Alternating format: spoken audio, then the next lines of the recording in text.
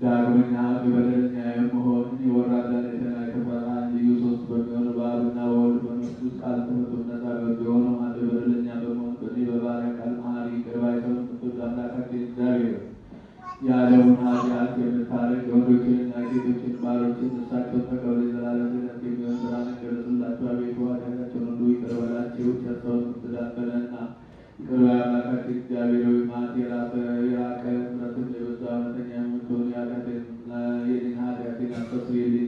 ወንዶችንና ሴቶችን ባሮችን ሁሉ ከበደሉ ከመርገም ሁሉ አድናቸው። በቃላችን ቢሆን በሥራችን ቢሆን በሐሳባችን ቢሆን አንተን በበደል ተውልን አስተስርይልን። ቃሉን ይቀበለን። አምላካችን እግዚአብሔር አንተ ቸር ሰው ወዳጅ ነህና አቤቱ የፍሩጣን ነጻ በመጣን ወገኖች ሁሉ ፍቃችሁ ሀጥ የሆንን ባሪያን ስታይ ክቡር የሚሆን የጳጳሳቱን አለቃ አባ ማትያስ ስላሰቡት ወይም የአባ ሳሙኤልን ማስበው አምላካችን ወደ ብዙ ዘመናት ረጅም ወራት በእውነትና በሰላም ጠብቅልን። አቤቱ ሀገራችን ኢትዮጵያን አስባት። የሚጣለቷን ጠላቶቿን ፈጥና አስገዛላት። የጳጳሳቱን አለቆች ጳጳሳቱን፣ ኤጲስቆጶሳቱን፣ ቀሳውስቱና ዲያቆናቱን፣ አንባቢዎችንና መዘምራንን፣ ደናግሉና መነኮሳቱን፣ ባልቴቶችንና አባት እናት የሞቱባቸውን ወንዶችና ሴቶችን፣ ሽማግሌዎችና ልጆችን ከሞት በመንፈስ በዚህች ቤተክርስቲያን ያሉትን የቆሙትን ክርስቲያን ወገኖች ሁሉ ክርስቶስን በማመን አጽናቸው።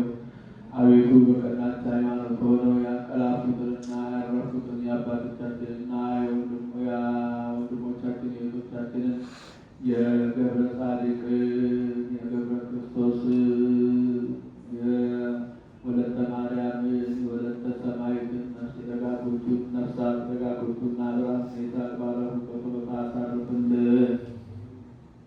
እኛንም ከኃጢአት ሁሉ ከመርገም ሁሉ ከበደልም ሁሉ በሐሰት ከመማለም ሁሉ ከመገዘትም ሁሉ አድነን። በክደትና በርክሰት ከአላውያን ጋር አንድ ከመሆን አድነን። አቤቱ ጥበብንና ኃይልንና ልብና ነቆትን ስጠን። እንግዲህ ከሚፈታተነን ከሰይጣን ስራ ሁሉ እስከ ዘላለሙ እንድንሸሽ ዘንድ አቤቱ ጊዜ ፈቃደ ወንድን ስራ ዘንድ ተሰጥቷችን በመንግሥተ ሰማያት በሕይወት መጽሐፍ ከቅዱሳንና ከሰማዕታት ሁሉ ጋር ጻፍ። በጌታችን በኢየሱስ ክርስቶስ ያለ ክፍላት ይገባል። ከእሱ ጋር ከመንፈስ ቅዱስ ጋር ዛሬም ዘወትርም